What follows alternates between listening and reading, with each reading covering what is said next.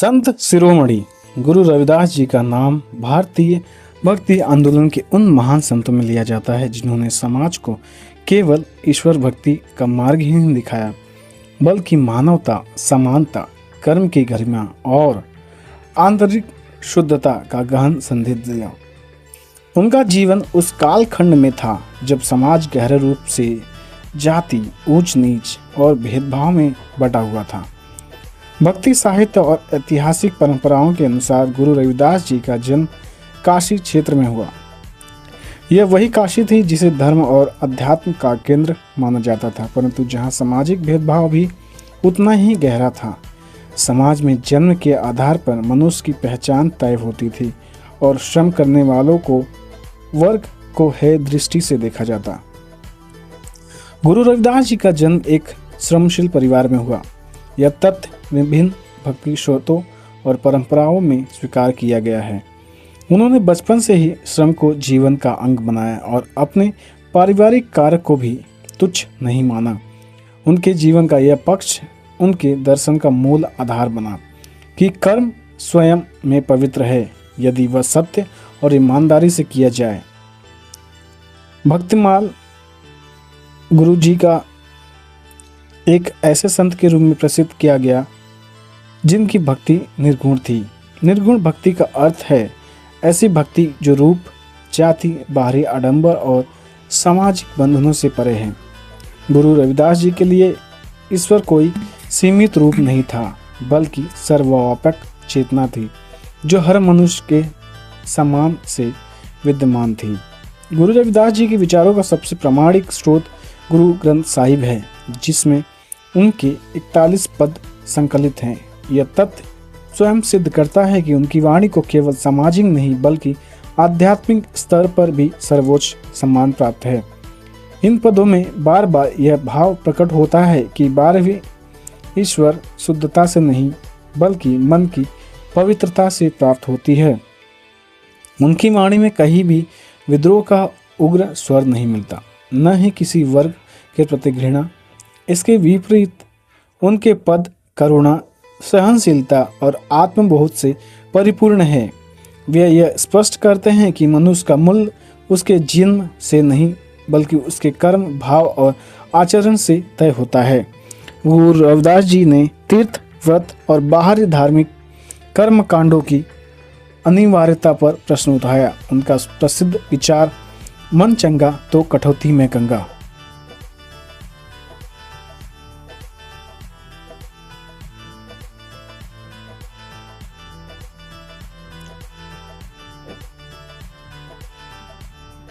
मन चंगा तो कटौती में गंगा केवल ये एक पंक्ति नहीं बल्कि उनके पूरे दर्शन का सार है। इसका भावार्थ यही है कि यदि मन शुद्ध है तो बाहरी शुद्धता और अपने निरर्थक हो जाती है।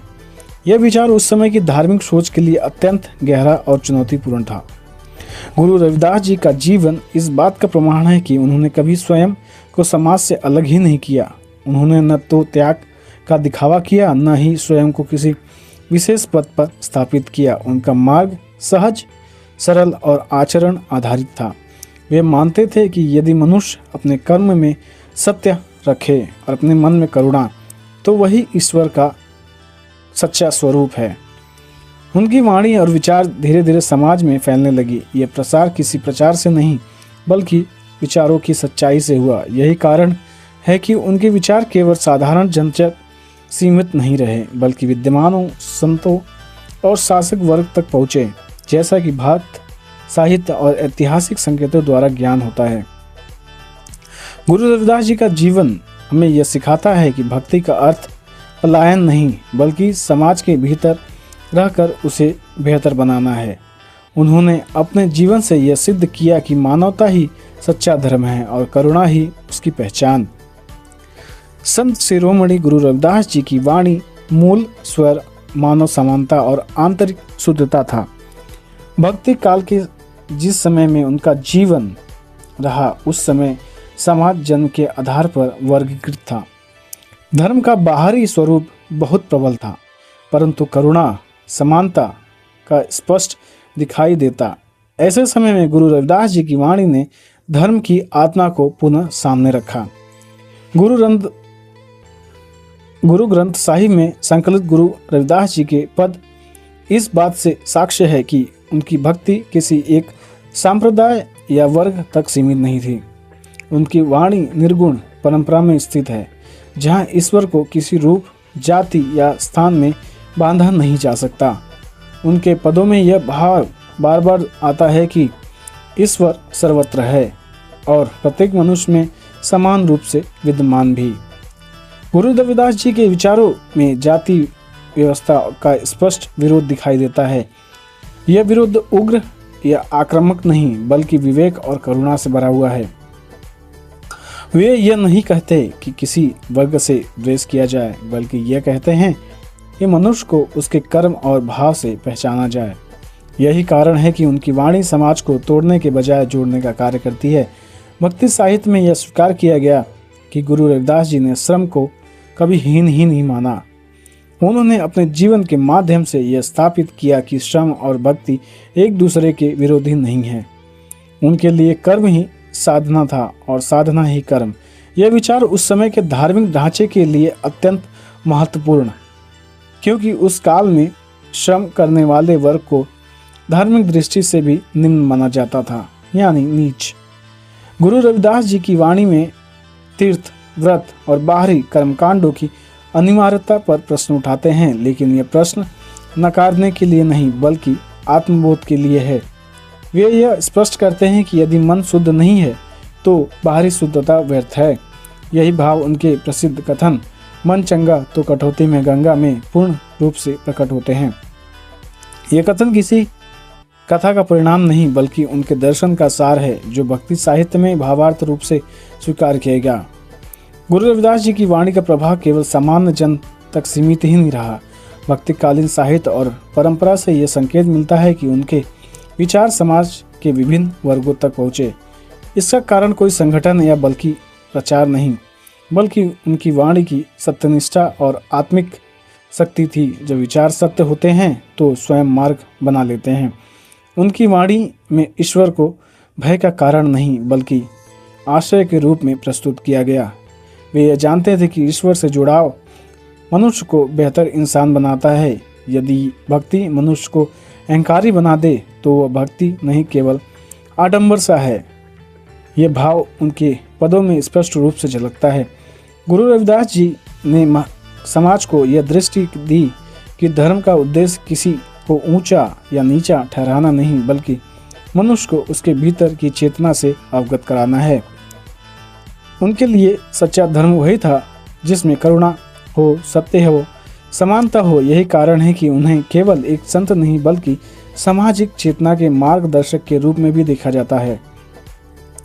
उनका जीवन यह सिखाता है कि परिवर्तन के लिए सत्ता या शक्ति आवश्यक नहीं होती। जब विचार सच्चे होते हैं, आचरण शुद्ध होता है, तब समाज स्वयं परिवर्तन की दिशा में बढ़ता है। गुरु रविदास जी ने अपने जीवन और वाणी से यही उदाहरण प्रस्तुत किया।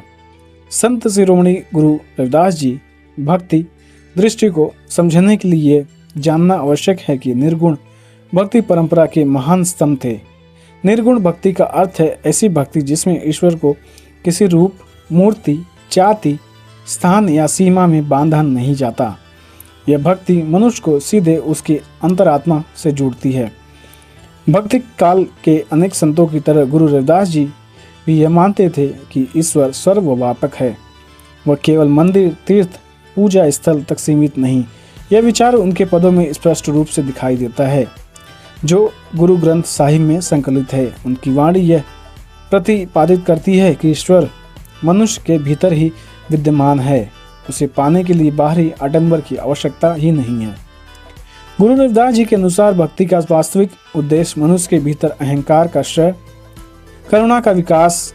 यदि भक्ति मनुष्य को दूसरे से श्रेष्ठ मानने का भाव दे तो वह भक्ति अपने उद्देश्य से भटक जाती है। यही कारण है कि उनकी वाणी में बार बार विनम्रता, सहजता और आत्मशुद्धि पर बल दिया गया है। उनकी निर्गुण भक्ति में ईश्वर को किसी नाम या स्वरूप में बांधने का आग्रह नहीं मिलता। उनके पदों में ईश्वर को सत्य, चेतना और प्रेम के रूप में अनुभव किया गया है। यह अनुभव किसी विशेष वर्ग के लिए नहीं, बल्कि हर उस व्यक्ति के लिए है जो अपने मन को शुद्ध करने का प्रयास करता है और करता रहता है। गुरु रविदास जी के दर्शन में मन को विशेष स्थान प्राप्त है। वे मानते थे कि मन ही बंधन का प्रमुख कारण है और मन ही मुक्ति का मुख्य द्वार। इसलिए उनकी वाणी में मन की शुद्धता को सबसे ऊपर रखा जाता है। बाहरी कर्म तभी सार्थक होते हैं जब मन निर्मल हो। उनका प्रसिद्ध विचार कहता है, मन चंगा तो कटौती में गंगा। इसी दर्शन का संक्षिप्त रूप और गहन रूप है। इसका भावार्थ है कि यदि मन शुद्ध और स्थिर है तो साधारण से साधारण स्थान में भी वही पवित्रता अनुभव की जा सकती है जिसे लोग तीर्थों में खोजते हैं। यह कथन भक्ति काल के उस व्यापक संदेश से जुड़ा है जिसमें आंतरिक साधना को बाहरी कर्मकांडों से ऊपर रखा गया। गुरु रविदास जी की निर्गुण भक्ति में भय का कोई स्थान ही नहीं। ईश्वर उनके लिए दंड देने वाला नहीं बल्कि आश्रय देने वाला है। यह दृष्टि मनुष्य को आत्मविश्वास और संतुलन प्रदान करती है। उनकी वाणी में ईश्वर के प्रति प्रेम, समर्पण लेकिन भय नहीं था। उनकी भक्ति दृष्टि का एक महत्वपूर्ण पक्ष यह भी है कि वे संसार से पलायन का मार्ग नहीं दिखाते। वे गृहस्थ जीवन में रहते हुए भक्ति को संभव मानते हैं। उनके लिए जीवन के दैनिक कर्म यदि सत्य और ईमानदारी से किए जाएं तो वही साधना बन जाते हैं। यह दृष्टि भक्ति को जीवन से जोड़ती है, न कि उसे अलग करती है। गुरु रविदास जी का निर्गुण दर्शन सामाजिक दृष्टि से भी अत्यंत महत्वपूर्ण है। जब ईश्वर को सर्वव्यापक माना जाता है तो किसी भी मनुष्य को नीचा या अपवित्र ठहराने का आधार समाप्त हो जाता है। इस प्रकार उनका दर्शन केवल आध्यात्मिक नहीं बल्कि गहरे रूप में सामाजिक भी है। उनकी वाणी मनुष्य को आत्ममंथन की ओर ले जाती है। वे नहीं कहते कि समाज को बदलने के लिए पहले दूसरों को दोषी ठहराया जाए, बल्कि ये कहते हैं परिवर्तन की शुरुआत खुद से ही करो। यही कारण है कि उनकी भक्ति में उपदेश से अधिक आत्मबोध का स्वर है। गुरु रविदास जी का जीवन और दर्शन यह स्पष्ट करता है कि निर्गुण भक्ति कोई जटिल सिद्धांत नहीं बल्कि सहज अनुभव है। यह अनुभव हर उस मनुष्य के लिए उपलब्ध है जो अपने भीतर सत्य, करुणा और समानता को स्थान देता है। संत शिरोमणि गुरु रविदास जी का महत्व केवल एक आध्यात्मिक संत के रूप में नहीं बल्कि सामाजिक चेतना के जागृत स्वर के रूप में भी स्वीकार किया जाता है। भक्ति काल के जिन संतों ने समाज को भीतर की ओर झकझोरा, उनमें गुरु रविदास जी का स्थान अत्यंत महत्वपूर्ण है। उनके विचारों ने उस समय सामाजिक संरचना को चुनौती दी जो जन्म के आधार पर मनुष्य की मर्यादा तय करती थी। भक्ति साहित्य और ऐतिहासिक परंपरा यह स्पष्ट संकेत देती है कि गुरु रविदास जी की वाणी का प्रभाव समाज के विभिन्न वर्गों तक पहुंचा। यह प्रभाव किसी आंदोलन, संगठन या सत्ता के माध्यम से नहीं बल्कि विचारों की सत्यता और आचरण की शुद्धता के कारण हुआ है। उनकी वाणी में ऐसा कोई आग्रह नहीं मिलता कि समाज को बलपूर्वक बदला जाए। इसके विपरीत उसका मार्ग विवेक, करुणा और आत्मबोध का मार्ग है। गुरु रविदास जी ने जिस समता की बात की है वह केवल सामाजिक नारा नहीं बल्कि उनके आध्यात्मिक दर्शन का स्वाभाविक परिणाम थी। जब ईश्वर को सर्वव्यापक माना जाए तो किसी मनुष्य को अपवित्र या हीन ठहराने का आधार स्वतः समाप्त हो जाता है। यह विचार उनकी वाणी का केंद्रीय तत्व है। इस दृष्टि से देखा जाए तो गुरु रविदास जी का सामाजिक संदेश उनके आध्यात्मिक संदेश से अलग नहीं, दोनों एक ही चेतना के दो रूप हैं। भक्तिमाल और भक्ति परंपरा में गुरु रविदास जी को ऐसे संत के रूप में प्रस्तुत किया गया है जिनकी भक्ति ने समाज की चेतना को भीतर से प्रभावित किया है। उनके जीवन और विचारों से यह स्पष्ट किया जाता है कि धर्म का उद्देश्य सामाजिक भेदभाव को स्थायी बनाना नहीं बल्कि मनुष्य को मनुष्य से जोड़ना है। उन्होंने यह दिखाया कि सच्ची भक्ति वही है जो मनुष्य के व्यवहार को करुणा में बनाए। गुरु रविदास जी के विचारों में श्रम का विशेष स्थान है। उस काल में श्रम करने वाले वर्ग को सामाजिक और धार्मिक दोनों स्तरों पर हीन माना जाता है। गुरु रविदास जी ने अपने जीवन और वाणी से यह स्थापित किया कि स्वयं श्रम में अपवित्र नहीं हो सकता। यदि श्रम ईमानदारी और सत्य के साथ किया जाए तो वह साधना बन जाता है। यह दृष्टि समाज के लिए अत्यंत परिवर्तनकारी भी थी। उनकी वाणी में सामाजिक अन्याय के प्रति असंतोष अवश्य है, लेकिन वह असंतोष कटुता में नहीं बदलता। इसके स्थान पर वह आत्मिक जागरण का रूप लेता है। गुरु रविदास जी मानते थे कि जब मनुष्य भीतर से नहीं बदलेगा तब तक बाहरी परिवर्तन स्थायी नहीं हो सकता। यही कारण है कि उनके संदेश में आत्मशुद्धि को विशेष महत्व दिया जाता है। गुरु रविदास जी का प्रभाव केवल उनके जीवन काल तक सीमित नहीं रहा, उनकी वाणी और उनके विचार आगे चलकर भक्ति परंपरा का विभिन्न अंग बने। यह तथ्य इस प्रमाण का पत्र है। उनकी शिक्षाएं समय की सीमाओं से परे हैं। आज भी जब सामाजिक समानता, श्रम की गरिमा और मानवीय मूल्यों की बात होती है तो गुरु रविदास जी का नाम स्वाभाविक रूप से स्मरण किया जाता है। उनकी दृष्टि में धर्म का उद्देश्य सत्ता प्राप्त करना था ही नहीं, बल्कि चेतना का उत्थान है। वे यह नहीं कहते कि समाज की सारी समस्याएं एक दिन में समाप्त हो जाएंगी, बल्कि यह कहते हैं कि यदि मनुष्य अपने भीतर सत्य और करुणा को स्थान दे तो परिवर्तन की प्रक्रिया स्वतः आरंभ हो जाती है। गुरु रविदास जी का जीवन और विचार यह स्पष्ट करते हैं कि उन्होंने न तो समाज को अलग किया और न ही खुद को, और न ही समाज से संघर्ष का मार्ग चुना। उन्होंने समाज के भीतर रहकर अपने आचरण और वाणी से धीरे धीरे चेतना को जागृत किया।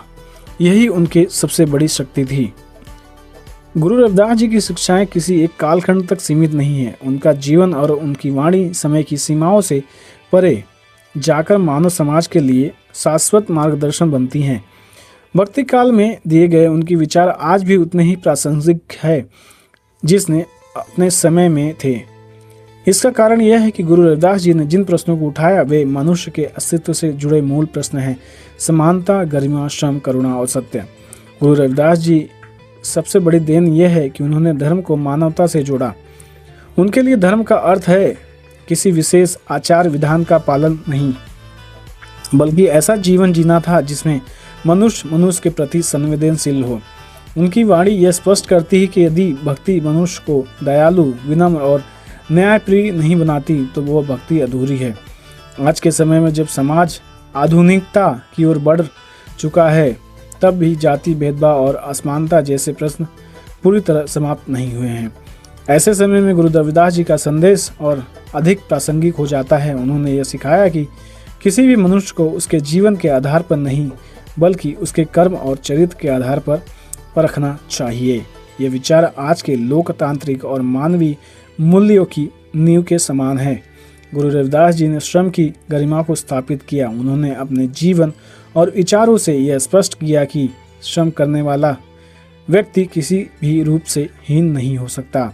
आज जब श्रम और श्रमिकों को सम्मान की बात की जाती है तो गुरु रविदास जी का दर्शन हमें याद दिलाता है कि यह विचार नया नहीं है, बल्कि सदियों पहले परंपरा में स्थापित किया जा चुका था। गुरु जी की वजह से उनकी निर्गुण भक्ति आज के समय में धार्मिक सहिष्णुता और आपसी सम्मान की प्रेरणा देती है। जब ईश्वर को सर्वव्यापक माना जाता है तो किसी एक मार्ग, एक रूप या एक समुदाय को श्रेष्ठ ठहराने की प्रवृत्ति स्वयं ही समाप्त हो जाती है। गुरु रविदास जी की यह दृष्टि समाज में शांति और संतुलन स्थापित करने की क्षमता भी रखती है। गुरु रविदास जी का मन प्रसिद्ध विचार कहता है, मन चंगा तो कटौती में गंगा, आज भी उतना ही अर्थपूर्ण है। यह कथन हमें स्मरण कराता है कि जीवन में बाहरी शुद्धता, दिखावा और आडंबर तक अर्थहीन है जब तक आपका मन शुद्ध नहीं होगा। यह संदेश व्यक्ति को आत्म मंथन की ओर ले जाएगा और उसे अपने भीतर झांकने की प्रेरणा भी देगा।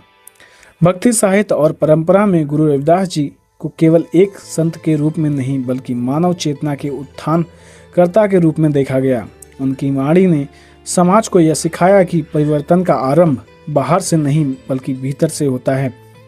जब मनुष्य अपने भीतर करुणा और सत्य को स्थान देता है तभी समाज में स्थायी परिवर्तन संभव होता है। गुरु रविदास जी का यह जीवन यह भी सिखाता है कि सच्ची महानता दिखावे में नहीं बल्कि सादगी और आचरण में होती है। उन्होंने न तो सत्ता की आकांक्षा की न प्रतिष्ठा की। उनका जीवन स्वयं उनका संदेश बन गया। यही कारण है कि उनकी शिक्षाएं आज भी जीवित है और आने वाली पीढ़ियों को ही मार्गदर्शन देती रहेंगी। तो ये संत रविदास जी की बातें और उनकी कहानी उनकी बुक से ली गई है, भक्ति काल और भक्ति की। तो ये कैसी लगी मुझे कमेंट करके ज़रूर बताएं। वीडियो देखने के लिए धन्यवाद। जय हिंद।